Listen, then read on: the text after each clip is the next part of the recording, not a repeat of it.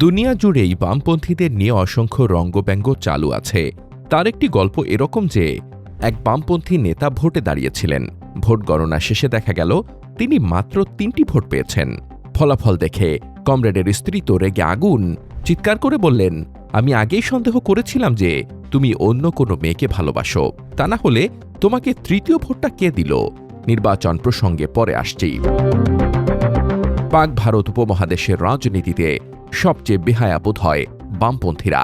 পাকিস্তান আমলে বেশি সময় ধরে ক্ষমতায় থাকা পাকিস্তানের সামরিক সরকারকে বুদ্ধি পরামর্শ সহায়তা দিয়েছে বামরা, আর জান্তা সরকারের বিরুদ্ধে প্রতিবাদী ইসলামপন্থীদের পাকিস্তান ভাঙার চেষ্টার জন্য দোষারোপের খেলা খেলেছে এই গোষ্ঠীটি।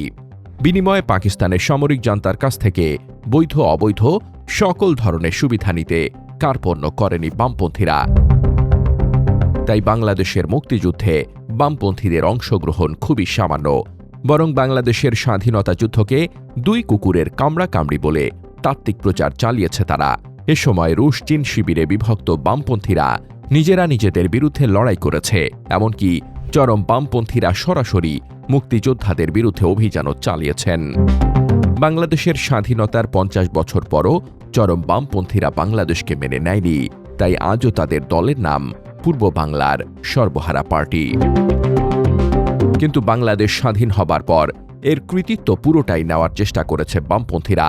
সরকার প্রশাসন থেকে মাঠ পর্যায়ে কর্তৃত্ব দেখাবার চেষ্টা করেছে তারা। কোনো কোনো বামপন্থী নেতা দিনের পর দিন দীর্ঘ সময় শেখ মুজিবুর রহমানের বাসায় অবস্থান করায় মুজিবের দ্বিতীয় গিন্নি উপাধি পেয়েছেন। বামপন্থীদের পরামর্শেই স্বাধীনতা পরবর্তী সরকার সব কলকারখানা জাতীয়করণ করে, যার ফলে বাংলাদেশের অর্থনীতি দেউলিয়া হয়ে যায়।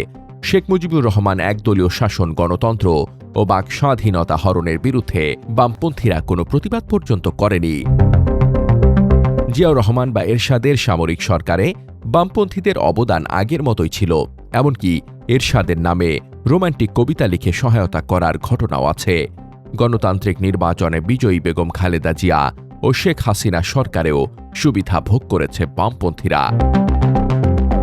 ২০২৪ সালে গণঅভ্যুত্থানে পতনের পর শেখ হাসিনা বিরোধী আন্দোলনে কৃতিত্বের ঝাঁপি খুলে বসেছে বামপন্থী সুবিধাবাদীরা। জাতীয় ঐক্যমত কমিশনে তাদের নোট অব ডিসেন্ট আর ওয়াকআউট ঘেটু সংবাদ মাধ্যমগুলোয় ফলাও করে প্রকাশিত হয়। কিন্তু শেখ হাসিনার কাছ থেকে কোন বাম নেতা কতটুকু সুবিধা নিয়েছেন তা নিয়ে বিতর্কে দল দুটুকরো হবার খবর তেমন প্রচার পায়নি। তেমনি প্রচার পায়নি বাংলাদেশের ত্রয়োদশ জাতীয় সংসদ নির্বাচনে ২০ দলীয় বাম জোটের অতল ডুবির খবর। এ নির্বাচনে গণতান্ত্রিক যুক্ত ফ্রন্টের নামে ২০ দলীয় বাম জোট ৩০০ আসনে ১৪৭ প্রার্থী দিয়েছিলেন। উপমহাদেশের অন্যতম প্রাচীন ও ঐতিহ্যবাহী দল নিয়ে গঠিত ২০ দলীয় বাম জোট মোট ভোট পেয়েছে ০.১৭%, অর্থাৎ ১% জনসমর্থন থেকে তাদের অবস্থান যোজন যোজন দূরে। ২০ দলীয় বাম জোটের মূল দলের প্রধান সব মিলিয়ে ৩৩৩ ভোট আর উপপ্রধান ১৮৫ ভোট পেয়ে জামানত হারিয়েছেন। তাদের কেউ কেউ আবার বড় জোটে যোগ দিয়ে আচরণবিধি লঙ্ঘন করে পোস্টারে জোটের মূল দলের প্রতীক আর নেতাদের ছবি দিয়েও জিততে পারেনি। সিপিবি ৬৩ আসনে পেয়েছে ০.০৮%, বাসদ ৩৬ আসনে পেয়েছে ০.০৫%, বাসদ মার্ক্সবাদী ৩৩ আসনে পেয়েছে ০.০২% এবং বাংলাদেশ জাসদ ১৫ আসনে পেয়েছে ০.০২% ভোট। এই হল বামপন্থীদের জনসমর্থন, কিন্তু ভাবটা দেখায় তারা অর্ধেক বাংলাদেশের মালিক। বামদের ২০ দলের জোটের ২০ জন হাজির না হওয়া প্রোগ্রামকে তাদের ঘেটু কুলাঙ্গার মিডিয়া মহা সমাবেশ বলে প্রচার করলেও ভোটের মহাপরাজয় নিয়ে একটাও নিউজ করেনি। আর নিজেদের দেউলিয়াতে পরাজয় লজ্জা বা আত্ম অনুসন্ধানের উদ্যোগ নেই বামপন্থীদের। উল্টো লাখ লাখ ভোট পাওয়া হুজুরদের পরাজয়ে বামপন্থীদের অনেক উল্লাস।